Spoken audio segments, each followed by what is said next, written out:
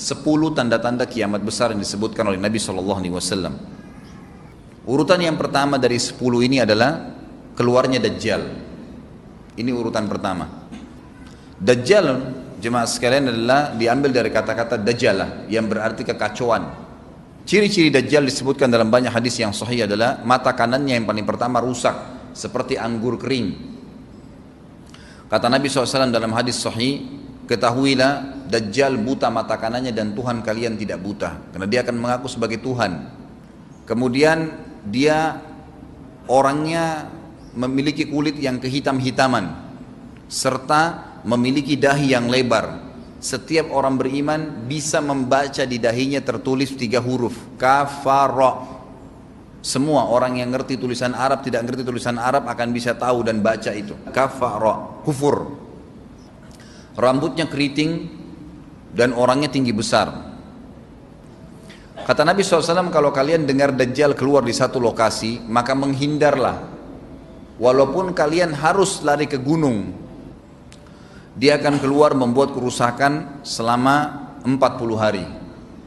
Kata Nabi SAW, 40 hari itu sehari seperti setahun, sehari lagi yang kedua seperti sebulan, hari yang ketiga seperti sepekan, dan sisa harinya seperti hari kalian.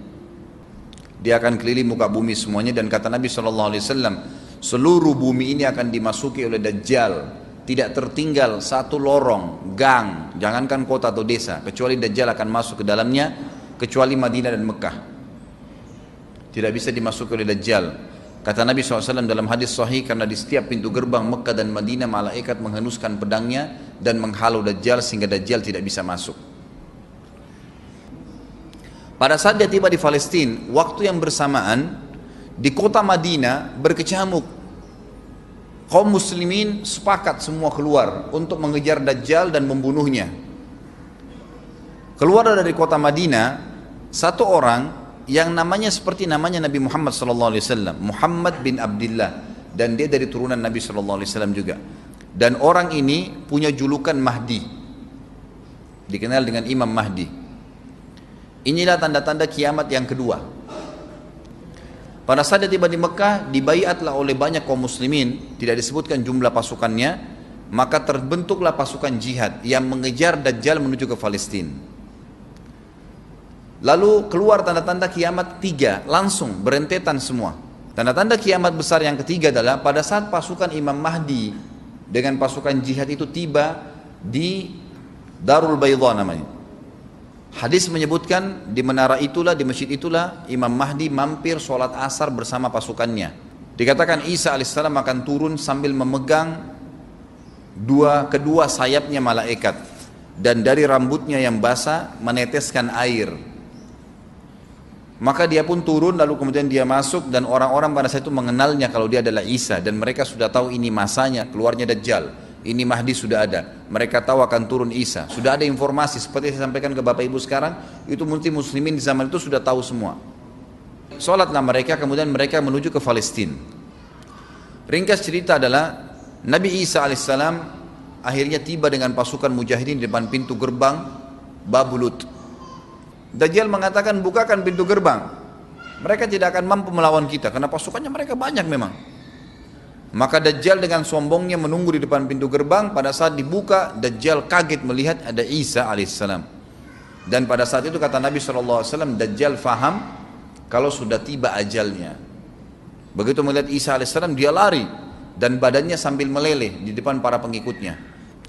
Pada saat Dajjal mati, pengikutnya pada ketakutan semua. Mereka anggap Dajjal Tuhan, mereka anggap Dajjal orang yang perkasa lah, orang yang kebal lah, beragam macam kelebihan. Mereka kaget pada saat mati. Maka bertebaranlah mereka dan akhirnya mereka sembunyi di bawah pohon dan di atas batu. Kemudian batu dan pohon akan memberikan penjelasan, hai muslim ini Yahudi, bunuhlah. Maka dibunuhlah pada saat itu mereka. Lalu Nabi Isa AS memimpin di muka bumi, dan kata Nabi SAW, pada saat itu Islam, agama Islam yang dibawa oleh Nabi SAW akan masuk ke semua rumah di muka bumi, gak tersisa. Satu dunia ini semuanya Islam. Hadis sahih. Maka Nabi Isa alaihissalam memimpin pada saat itu, disebutkan dalam hadis 40 tahun dengan ketenangan menerapkan hukum Islam. Semuanya beriman kepada Allah subhanahu wa ta'ala dan menjadi muslim. Setelah itu keluar tanda-tanda hari kiamat besar yang keempat. yaitu keluarnya Ya'juj dan Ma'juj. Nabi SAW sebutkan ciri-ciri mereka. Mata mereka sobekannya kecil sehingga mata mereka kelihatan seperti sipit, tapi bola matanya besar. Mereka memiliki rambut yang keriting dan mereka memiliki poster yang umumnya seperti poster manusia. Ada hadis yang berbunyi mereka akan mendatangi sebuah sungai, kalau tidak salah namanya Sungai Tibria, airnya banyak mengalir. Kata Nabi SAW, mereka semua minum air sungai itu, dan yang terakhir dari mereka datang sudah nggak dapat air. Artinya air sungainya habis diminum. Bayangin berapa banyak jumlahnya itu.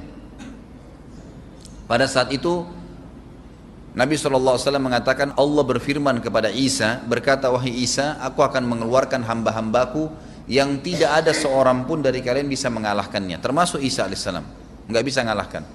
Maka selamatkanlah dirimu bersama dengan pengikut-pengikutmu ke Gunung Tur namanya. Jadi memang Ya'juj ini ciri khasnya, kata Nabi SAW, mereka memakan apa saja. Jadi bukan seperti manusia normalnya. Mereka membunuh semua yang bukan seperti mereka. Sampai-sampai kata Nabi SAW tidak ada yang bisa mengalahkan mereka dan jumlah mereka sangat banyak. Salah seorang di antara mereka tahu dia akan mati kalau sudah punya 1000 anak. Kata Nabi SAW dalam hadis Bukhari, kecelakaanlah bagi orang-orang yang ada di Jazirah Arab. Kemungkinan besar makna ini adalah tempat mereka dekat dengan Jazirah Arab. Kata Nabi SAW, kecelakaan bagi orang-orang yang Jazirah Arab karena telah terbuka dari lubangnya Ya'juj Ma'juj sebesar ini. Udah kasih isyarat dengan jari ibu jari sama jari tengahnya. Artinya mereka sudah bisa melihat keluar. Pada saat mereka keluar, maka mereka akan mulai membuat kerusakan. Kata Nabi SAW di dalam hadis sahih riwayat Imam Bukhari, bahwasanya Ya'juj Ma'juj akan membunuh siapapun yang mereka temui. Bahkan pada saat mereka sudah merasa menguasai bumi, mereka melepaskan anak-anak panah mereka ke langit. Lalu Allah menurunkan anak-anak panah mereka sebagai fitnah dipenuhi dengan darah. Maka mereka berkata, kami telah membunuh semua yang ada di bumi dan semua yang ada di langit. Kata Nabi SAW, Allah lalu mengizinkan Isa untuk berdoa kepada Allah agar memusnahkan mereka. Maka Isa alaihissalam pun akhirnya berdoa, meminta kepada Allah subhanahu wa ta'ala agar mereka semua dimusnahkan. Maka pada saat itu pun Allah subhanahu wa ta'ala menurunkan kepada mereka hama. Sebagian hadis menyebutkan serangga kecil seperti cacing, banyak sekali yang menimpa tubuh-tubuh mereka. Setiap orang satu, dan itu membuat mereka mati. Kemudian setelah itu Isa alaihissalam memimpin lagi di muka bumi sampai beliau meninggal. Setelah Isa alaihissalam meninggal, kembali lagi sebagian besar manusia berbuat kekufuran. Maka Allah subhanahu wa ta'ala keluarkan tanda-tanda kiamat besar yang kelima. Yang kelima ini adalah keluarnya hewan atau binatang melata. Binatang melata ini disebutkan dalam hadis yang sahih riwayat Bukhari, bahwasanya Allah SWT akan keluarkan, tapi tidak disebutkan dari bumi mana dia keluar. Dia akan keluar hewan melata yang bisa berbicara seperti manusia dan badannya dipenuhi dengan bulu. Allahu a'lam bagaimana. Kemudian dia datangi orang-orang yang kufur tersebut dan menasihatin dan mengingatkan mereka. Yang tidak mau beriman, dalam hadis dikatakan dicap oleh hewan tersebut. Allahu a'lam dicap seperti apa, sehingga ketahuan mana yang kafir, mana yang beriman. Terus dia keliling di muka bumi tapi tidak disebutkan berapa lama. Lalu kemudian Allah lenyapkan si dabbah ini. Kemudian datang tanda-tanda kiamat yang ke-6. Tanda-tanda kiamat yang ke-6, 6, 7, 8. Itu berentetan semua. Longsor besar di timur, di barat, dan di Jazirah Arab. Ini tanda-tanda kiamat terjadi serentak.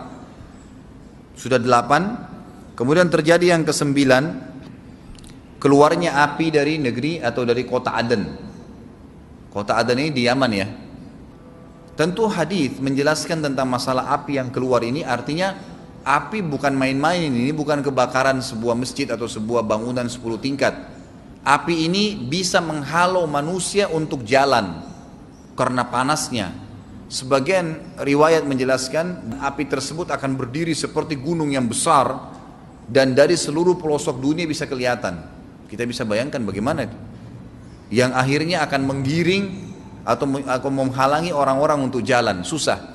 Sebagian ulama hadis mengatakan mereka nggak bisa jalan, tidak bisa ada penerbangan, tidak bisa ada orang jalan karena panasnya bumi ini dari api tersebut.